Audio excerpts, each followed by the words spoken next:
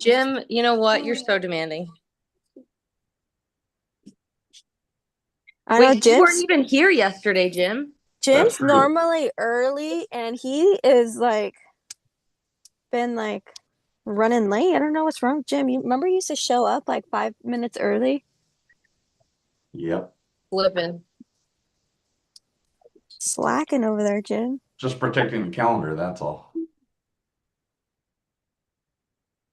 Oh, Dan, I'm gonna send a picture to the WhatsApp. That's real funny. It's a truck that's your competition that I saw last night. I don't have competition. Boom. That's where you're gonna see this, and you were like, I thought it was your brother at first. See, Dan, it's the guy. It's the guy that we all see that, remember, you and I have talked about this. There's a dude in town. Is it a white truck also, Sheldon? No, it's black. It's literally Oh. Dan, like opposite doppelganger. It's Oh no, there's an older guy. He's like, he could be my older brother that has a truck that's identical to mine. The only difference is the license plate. there you go. I sent it. It's lifted. It's big. I didn't see the guy, but I'm like, it's pretty. I thought it was pretty funny. Dan, do you have a Chevy? Me? No, I have a Ford, but Sheldon wouldn't know the difference. It's okay. We're not gonna make fun of him. But you know what? He's not even wrong, bro. Big Junie? Johnny. Big Jenny? It's Bigjny. Big Jenny? Maybe. Maybe Big Johnny. Big Johnny. No, Johnny would. No, it's Jenny. J-N-Y. Jenny. Jenny's husband. All right, guys. Well, happy Friday. It's Finance Friday. Let's start our day off with some wins. We need to go all in because we have 3 days without me. You guys, Monday, we're not together because Monday is Labor Day, which is weird. Labor Day, you don't work. It makes no sense to me. It should be on Labor Day. But Hold on a minute. That guy has trailer extensions for like axle blocks on that truck. don't judge it, Jim. Just give me a win. Can I share a really special win? Yes, please. I got some buyers under contract. Literally, I sent the approved final like counter last document, solidify the deal at like 11:57 last night.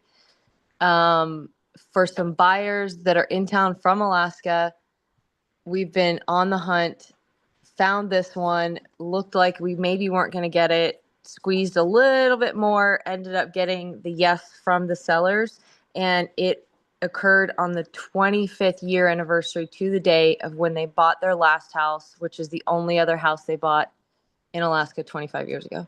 That's And awesome. it was their wedding anniversary. That's awesome. Even better. That's cool. Yeah. So it was a super special one. We were like in it, like all of us at the 11th hour, like just trying to bring that win home before midnight. There you go. Other wins. I showed 3 homes to a client yesterday. Probably gonna show them 3 or so more today. I have another showing on Saturday. So I've been getting some pretty good buyer traffic coming in for the weekend. There you go. Rolling into the weekend with some opportunities. Love it. Yes. I converted 2 sign calls into buyer appointments before my open house Saturday. There you go. My offer with my favorite agent did not get accepted, but there are some other houses that my clients want to see. So we're looking at it as a win. Are you looking in Green Valley, Caitlin? Yes. Would you? Yes. How many bedrooms? They're open 2 to 3. But they would like something with a 1 or 2 car garage that's enclosed. Dang it. Okay, because I have a listing appointment today, but it does not have an enclosed garage. That okay, yeah. That's what we're running into, and that's why like this house, I was like, oh, this is perfect, but it was not, and that's okay. Now we're moving on to the next. Josh is hopefully running his first open house tomorrow. Woo! Oh, it's going down. I just gotta get him Hopefully, signs. We gotta find signs for him. I don't know if Mikey's gonna have the signs done for me in time, but if not, we're gonna scrounge together for something. Wait, Josh, is this the Josh? Did you and I talk on the phone yesterday? No. Different Josh. Okay. Yeah, I don't think so. You would know if you talked to that Josh. You would know. Josh would know if he talked to me. All right. Any other win celebrations? Sam, what was your win for the week? I'm closing a DSCR loan for a single mom. She bought a fourplex and she didn't have the income to qualify, but the house cash flows like crazy. And so she has an investment property now that will pay for her kids' college. That's crazy awesome. Yeah, I'm pretty excited about that one. That's awesome. Yep. Hey, for all the dads, get life insurance, man. That's the only thing that saved this deal. But that's a whole different story. If you don't have life insurance, that's a dumb thing. Get life insurance. Okay. We just got life insurance. Good. Well, I have to get life insurance. I actually I met with a lawyer yesterday to do a bunch of estate planning and other things. So, Dan, I've had life insurance since I was 23 for my dogs. That's right. I mean, it's on me, but I don't have children. It's to give money to people to care for my animals. You guys And know how I roll. Is My it only through life the insurance- military? No.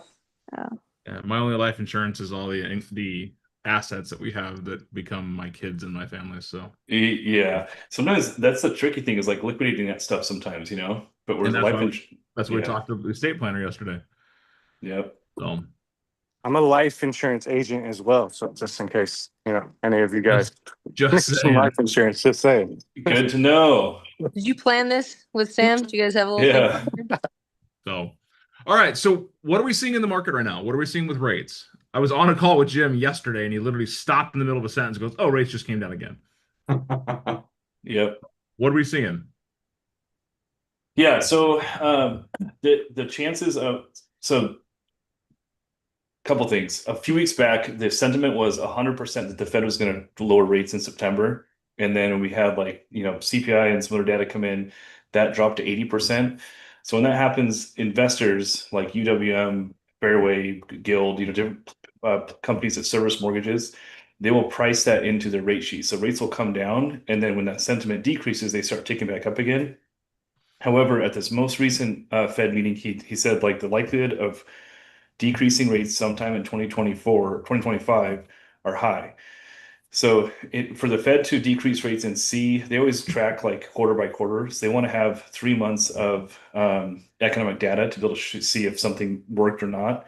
The likelihood of him decreasing rates in 2025 in September are super high now because he said they probably will, and they want October, November, December to be able to see what that does to the economy. So I would anticipate within the next 2 weeks or so, seeing the Fed rate decrease, which probably won't have an immediate impact on interest rates, but you see interest rates kind of trending towards a Fed decrease right now.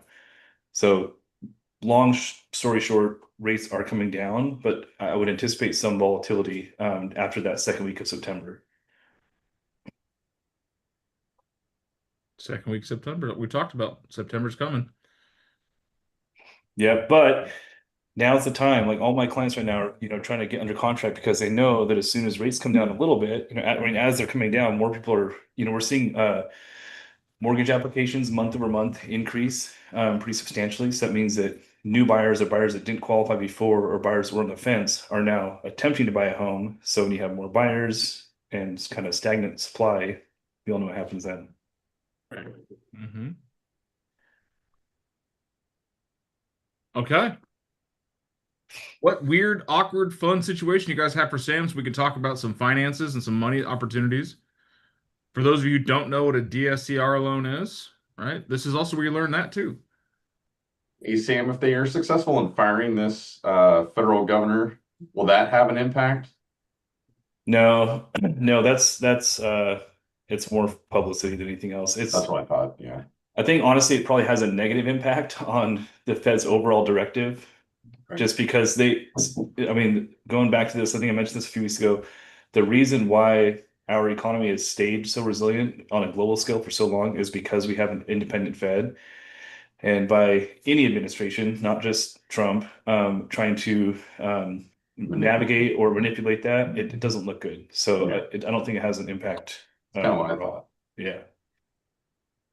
I have one.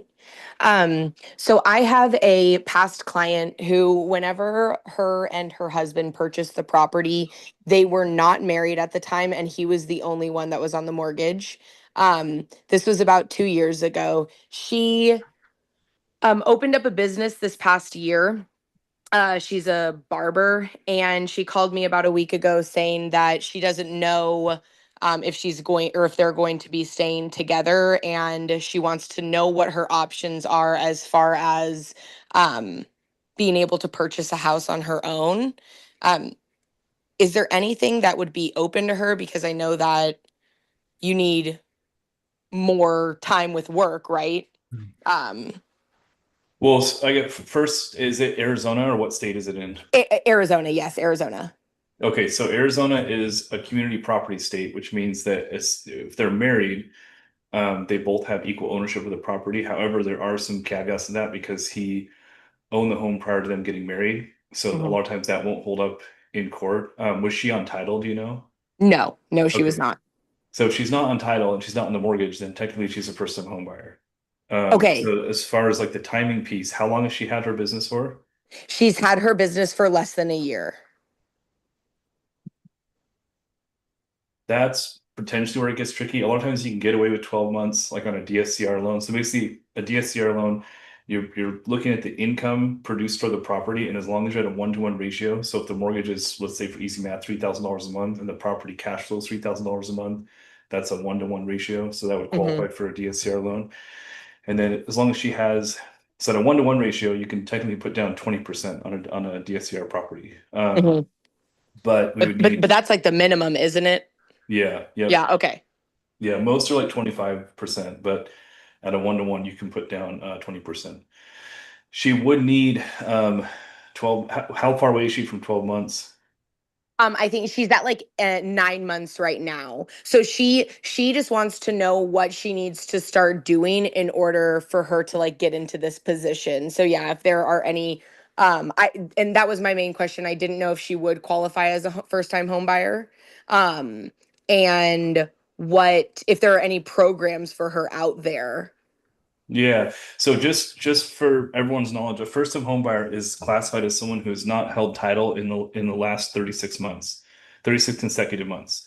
So if Sheldon bought a house today and then he sold it tomorrow and they didn't buy anything for 3 years, he'd be a first-time home buyer again Oh, I didn't know. in 3 years. Yeah. Well, 3 years tomorrow. 3 Okay. years in a day. I'm saying this all the weird ways.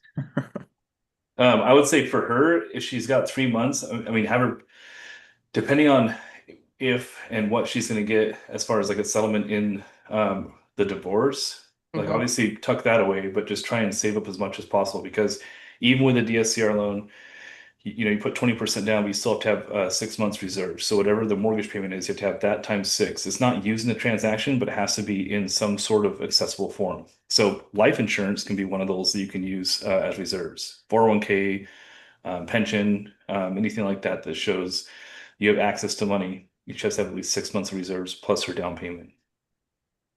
Okay. Okay, perfect. So that 6 months of reserves could be in a 401k. Correct. Yep. Okay, perfect. Okay, thank you. Yep. So your suggestion would be for her to wait until the 12-month mark, and then to go through the DSCR loan route, correct? Well, so DSCR, if she's buying an investment property, there's some gray areas on like buying a multi-unit and living in one of them. Technically, you're not supposed to, but there's obviously gray areas to a lot of the stuff. If she's just buying like a single family, then you can get away with like a bank statement loan, which would use 12 months. You're still going to need to put down at least 15% on that one. But she could use 12 months bank statements from her business, but she has to have the 12 months. If she needs to do something sooner than that, I would look into like a non-occupying co-borrower, someone that can sign for her that's not going to live at the house, but would be like a guarantor of the loan. Okay. Okay, perfect. Thank you. Yeah. What other fun ones do you guys have? Mine's not fun. It's pretty basic, but I'm working with some investors. They want to buy a duplex, live in one, rent out the other, and get some cash flow. Am I just running like a CMA for rent? Like if they're because they kept asking me like, oh, do you think this will have good cash flow? Do you think this will have good cash flow? Like, what's the rent over here? And I'm like, in my mind, I'm like, I don't know. Yeah, so on our side of things, for the financing, we'll order a 1007. It's an appraisal that looks at the cash flow and other comparables in the market. So it really, I mean, it comes down to, you know, a couple different factors with trying to figure out cash flow. But the biggest things that I look for as an investor are like the age of the property, the type of heat that's being used, what the appliances, if they're electric or gas. There's a couple little things like you can look at for net. But the biggest thing, if you can get like P&L or previous year's P&Ls from the current owner or the listing agent, that's the best way to kind of dig in and figure out if something cash flows or not. Because a lot of times, like, they can say, hey, this, gross rent is $60,000 a year, but then when you look at all the expenses, they're only netting like, $2 or $3 grand at the end of the year. So it's important to look at the P&L. That's a win.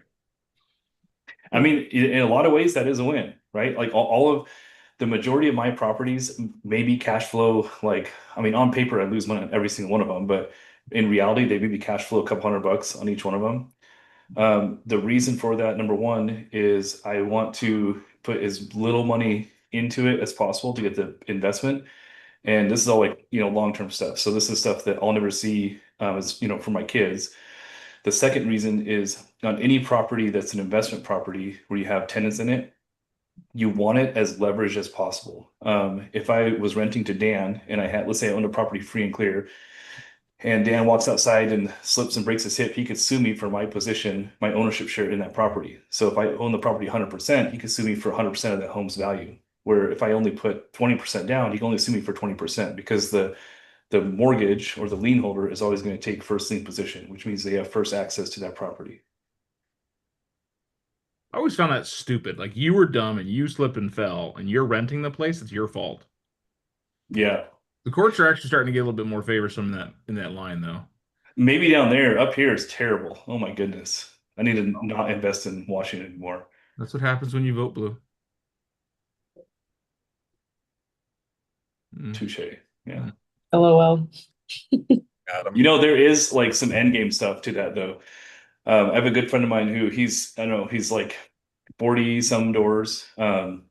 And he's getting to the point where he's going to stop originating loans and, wants to start kind of collecting on some of the stuff, and he can pay all his properties off. So as he pays them off, he's going to have his LLC record a lien against the property for like 90% of the value and then charge, 1% interest on that lien. So per the IRS, he's only going to get taxed on that 1% of his note. So he's only going to tax on the interest income on that property. And now he was able to pull his cash out, but then he's not, the first thing they'd go after was the LLC, but the LLC owns the property. So they can't, they'd sue him, not the LLC rather. But another way to protect yourself if you are super rich and, that sort of thing. I'm not, I'm just buying houses with pocket change. Just pocket change. I need those pockets. Yeah. I gotta dig through the couch every time. I swear, my wife's like, "We can't afford this." I'm like, I think we can. We didn't check the couch in the living room, I think that's a great mindset to share on this call is kind of the strategies, and this is why it's Finance Friday, is the financial strategies that you as an agent can do, or to start putting yourself in a position to either own a property yourself or own rental properties. Why do you think, I think it's 99.8% of all wealthy individuals, I can't even say millionaires anymore because you can be a millionaire off crypto, but wealthy individuals have real estate in their portfolio? I think the biggest thing is you can take, let's say you come up with 100 grand, right? That's a couple of good commissions, and you've been chucking money away, kind of keeping it in your little jar of coins. You can turn that $100,000 into $500,000 like that, and then that $500,000 is now an appreciating asset. So if you were to take that $100,000 and invest it into the S&P 500, well, history tells us we have an 11% increase year over year. So cool, you're earning money off of it. But we also, in some state like Washington, we're at I think our 30-year average is 9% appreciation. So I'll take the 2% less in appreciation to turn my $100,000 into $500,000.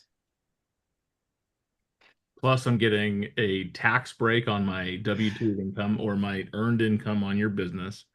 I'm also getting the potential cash flow. That's an asset producing cash flow is a benefit. and I'm having principal reduction, meaning I'm going to have a bigger equity position and every time someone makes a payment for me. I think that's huge. Not only that, you get the tax write-off because of your interest rate, which if you have an interest rate, that sucks. So you get to write off some of it until it's paid off, but then you have the business aspect of it is running a business gives you a ton of opportunity and leverage. You've got depreciation schedules, which means you can write that house off. Just take the value of the house, divide it by 27. That's how much you can write off every year. If it's a commercial property, isn't like 35 or 39 or something like that. I don't know. I think they just changed it to. I learned this at Metrics down in Scottsdale or Biltmore earlier this year. So you can depreciate 100% of your investment property in the year you purchase it. So There you if you want to make 200 grand and you buy a $400,000 house, you can essentially pay 0 income tax. Yeah, think about that. This is how you give yourself a 30% raise. Is by keeping Uncle Sam out your pockets. He's got grubby little mitts. He's like the sticky fingered bandits, right? Marvin, whatever that guy's name was. The thing is, I had like a pretty long moral debate about this with somebody who is very well. I won't. Yeah. Anyway, they were like, "Well, that seems like cheating, right? Not paying taxes seems like cheating." I'm like, "Well, sure, but if you think about the economic impact I have, if I pay taxes on my income versus buying a $500,000 house every single year for the next 30 years, that has more impact on the overall economy than me paying taxes on, 150, 200 grand a year in income." Does that make sense?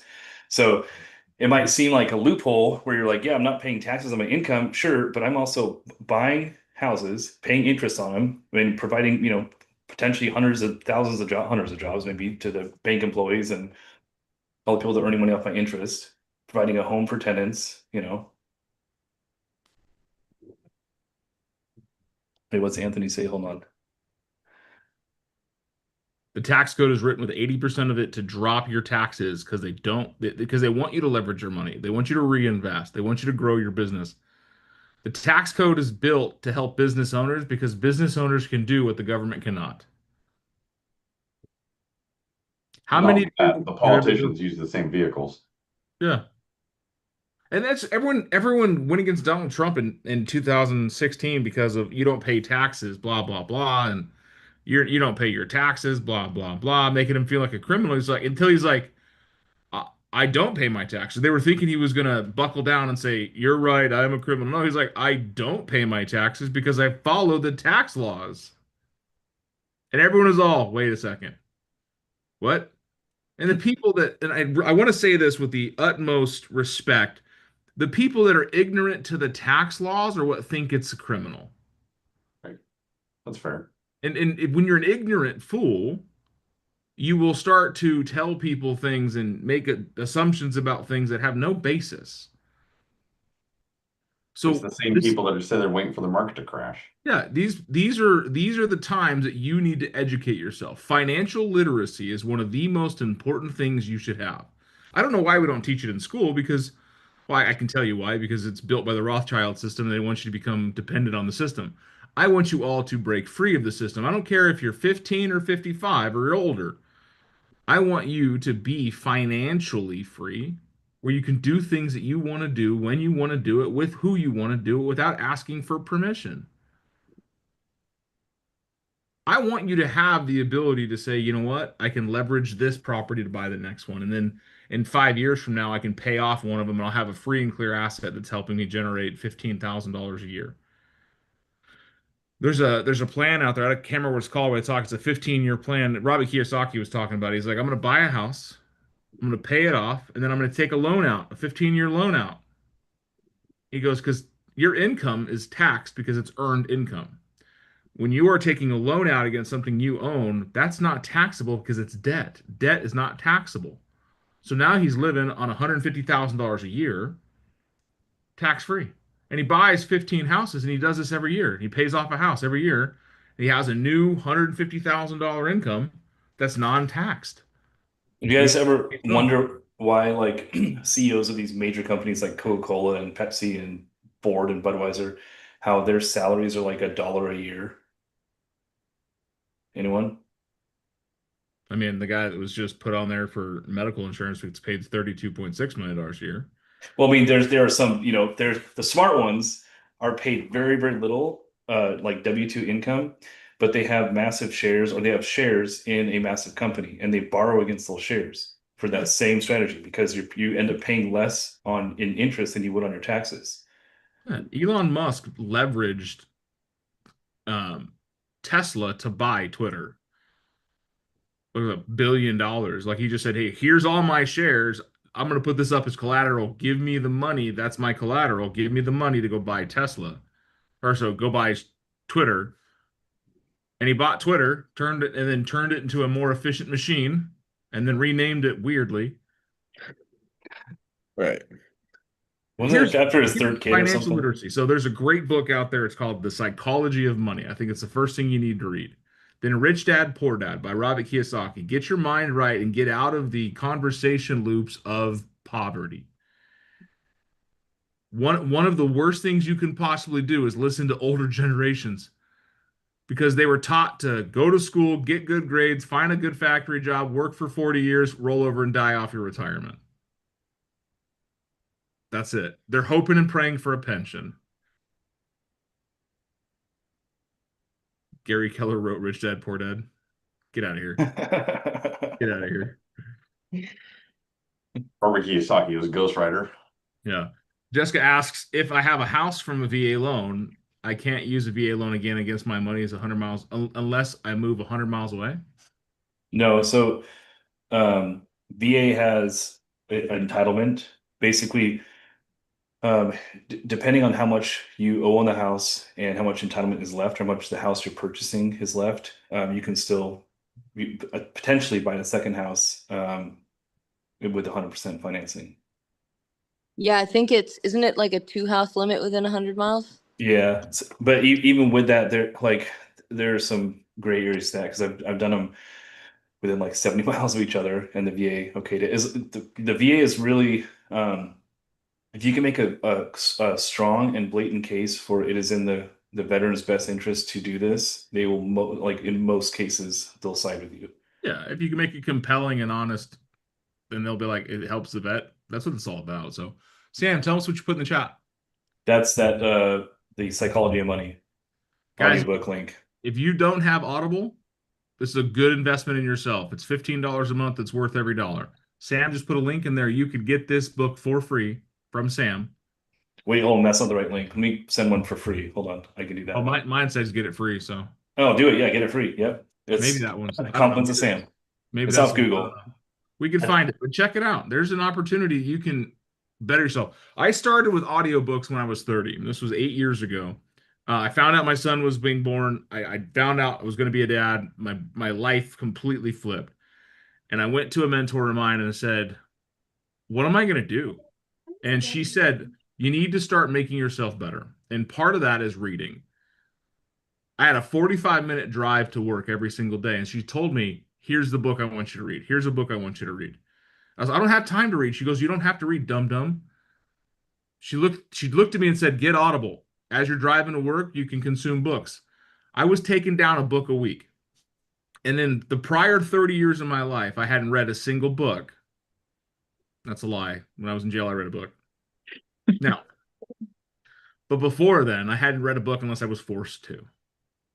And since then, I've read hundreds of books, all the way from self-help, get your mind right, to dragons and warfare.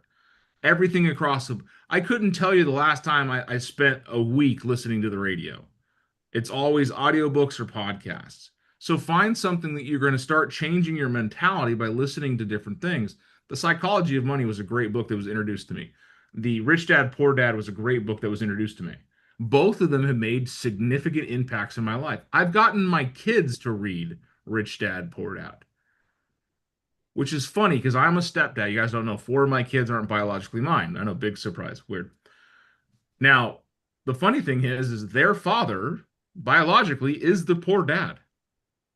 He has that mentality: work hard, spend your money, blow all your money over the weekend, go back to Monday, work hard so you have money again. And here I am, guys. I was like, no. You have a $2, put $1 away to go buy something else you want one day, and you go live on that $1. Investments, investments, investments. I never thought I'd be in that position. My own father apologized to me many years ago and said, I'm sorry, I never knew about investments, so I couldn't teach you. I was like, Dad, it's okay. I broke the chain. Now our kids will always know, not just my kids, my sister's kids as well, because Uncle Dan has told everybody I possibly can in my life about doing different things and changing different things. But it all came from that introduction to knowledge. Knowledge is not power without action. So it is the application of knowledge that is powerful.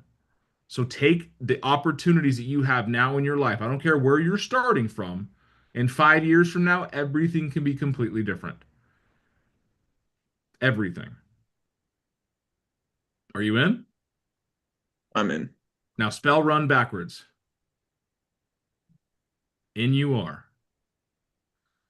All right, guys. Sam, thank you so much for your tutelage and your partnership with everything we do. Guys, if you don't know it, get Sam's phone number. He's also in our group chat on our WhatsApp channel. Ask him some questions. I sent him a fun one the other day out of Nevada. It's a 500 square foot tiny home. But his phone number is in the chat, 206-853-4447. Noted. Remember, we're not here on Monday, so you have 3 days to do this. And here's the challenge, right? We've been talking about go out there and get a selfie with a new contact. Everybody should have one in the chat. Let's Simple do it. enough, right? Simple enough. Go post something. Go remind the world that you're in real estate. Scream it from the rooftops. Any other parting thoughts, comments, concerns, questions? Good. Or you could spend the weekend reading the finance. You know what? Let's do this. Over the next couple of days, let's turn it into a book club and talk about it. I love it. So Book club time. Start it this weekend. Start it this weekend, all of you. If you don't want to do it, you're going to miss out on a conversation on Tuesday. Sound good? Sounds good. All right. I'll see you guys.